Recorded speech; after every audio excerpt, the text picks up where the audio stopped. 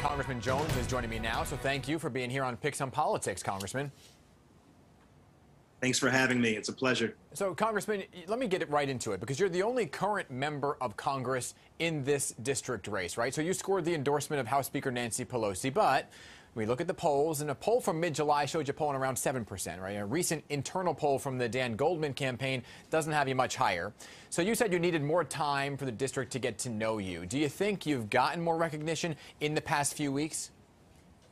That poll that you just referenced, having me at 7%, I believe was the Emerson poll that had me in the lead over Yulene and Bill de Blasio. But here's the thing. There are a number of polls that have been released. I can't verify the accuracy of those polls. Obviously, the people releasing them are self-interested. What we are seeing, even in Liz Holtzman's poll, which was released a few weeks ago, is a statistical dead heat. I mean, I was tied with Yulene New, Carlina Rivera, Joanne Simon, and Dan Goldman was only a few points ahead. And of course, he is spending many millions of dollars of his Levi Strauss family fortune. Since that time, we are on all cylinders. We've knocked tens of thousands of doors. Folks have watched the debate moderated by Errol and by Bridget, and it was, I think, clarifying for a lot of folks based on the conversations I've been having about where the Democrats stand in this race. And I think affirming of what I've said from the beginning, which is that it's not just enough to elect a Democrat. We need a Democrat who's going to fight tooth and nail for the things that we say we believe in as a Democratic Party. So let's talk about this, Congressman. By the way, we will be hosting our own debate that I will be moderating along with my colleagues, Anna Harry and Henry Ross. So just in a few days from now, you'll be on that stage. But you decided to move this district to this district after the lines are redrawn, right? Now, you said you didn't want to run against John Patrick Maloney or Jamal Bowman in your old district. And some would say that you chose this one just to keep your seat.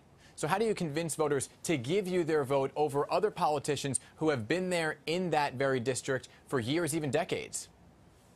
I'm the only person in this Democratic primary who has been delivering federal relief for the constituents that comprise this beautifully diverse district.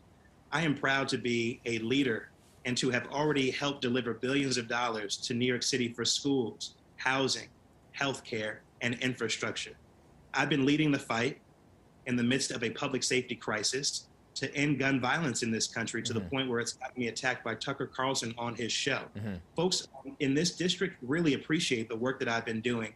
They know that it is work that distinguishes me from literally every other person in this Democratic primary.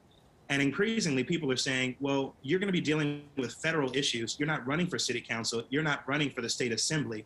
You're running for re-election to continue the work that you've already begun. And thank you so much for what you've already done, and I want to vote for you because of what you'll continue to do. Right, and so some of those things you just mentioned, those are big, broad national issues, right? But and you're mentioning the local level, what are the differences that you see playing out right now between the district that you currently represent and NY-10? Are there similar concerns, or do you see differences as well? Well, I see a similar concern in the, anxiety over the deprivation of the right to an abortion, which I've been leading the fight to restore. I mean, more than a year ago, I introduced legislation to expand the Supreme Court because I knew that we would find ourselves in this moment. Of course, New Yorkers everywhere care about having high quality public schools and about making sure that housing is affordable for everybody, regardless of how much money people have in their pockets. Of course, folks are deeply concerned, even more so, about affordable housing, which is something that is deeply personal for me as someone who grew up in Section 8 housing. I'm proud to point to the work that I've already been doing to get tens of billions of dollars to repair NYCHA. We came so close in Build Back Better, which came just one vote shy of passing in the Senate. And I'm running to continue the important work that I've started. But make no mistake, I can already point to billions of dollars for schools, housing, healthcare, and infrastructure that I've already brought. It's why I've been endorsed locally by the Grand Street Democrats, by 4 different labor unions, yes, by House Speaker Nancy Pelosi herself, by Danny O'Donnell and so many other folks. So, Congressman, crime and safety, obviously one of the biggest issues playing out right now. Mayor Eric Adams often turns to bail reform as a key reason for the rise in violence. Do you agree with this as a New Yorker? And what is one thing that you can do, I guess, on the federal level to really help with what we're seeing play out in specifically New York 10 when it comes to crime? We know that public safety is a real serious issue. New Yorkers deserve to feel and to actually be safe. Unfortunately for the mayor, there is no evidence linking bail reforms to the uptick in crime that we've been seeing around the country. It's why I have suggested and asserted that we need to address the root causes of crime. We need to make sure that every kid has a high-quality public school. We need to make sure that every kid and every person in this city has a roof over their head. We need to invest in providing mental health supports that are too often lacking, including in Lower Manhattan and in Brooklyn. We also know that crime has been facilitated by the ease with which people have gotten access to firearms. It's why I'm proud of the work I've been doing already as an active member of the House Judiciary Committee, having helped pass the Bipartisan Safer Communities Act into law, which is the most significant slate of gun reforms that we've seen in a generation, and also my support for ending assault weapons, or rather passing a national ban on assault weapons. So just to be clear, you think that bail reform should stay exactly as it is? The bail reform statute, which is a New York State legislative issue, not for the congressperson representing this district, has been amended 2 times since it was passed.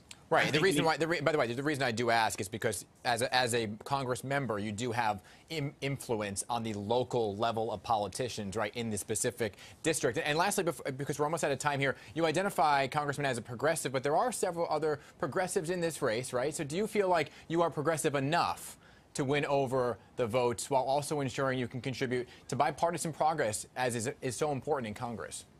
In fact, I've shown an ability to do all of those things. Of course, I'm progressive enough. I'm uniquely situated in this race because I'm the person who's already leading in Congress as a progressive, someone who's been endorsed by the Congressional Progressive Caucus, and someone who is a progressive with a track record of delivering results. I'm not just on Twitter all day talking about what I will do. I'm actually someone who is doing things as we speak. Yeah, I'm proud to have helped pass the Inflation Reduction Act on Friday, just a few days ago, which will cap the annual cost of prescription drugs for Medicare recipients at $2,000 annually. And of course, to have helped pass the greatest investment in climate action that this nation has ever seen, $370 billion are going to help us reduce our carbon emissions as a nation by 40% by the year 2030 and save the planet from climate catastrophe. And moderates are voting for me in this election, as well as progressives. All right, Congressman Jones, we're going to leave it there because we are simply out of time, but I will see you in just a few days on the debate stage on Wednesday night here on Pix 11. Looking forward to that. Thanks so much.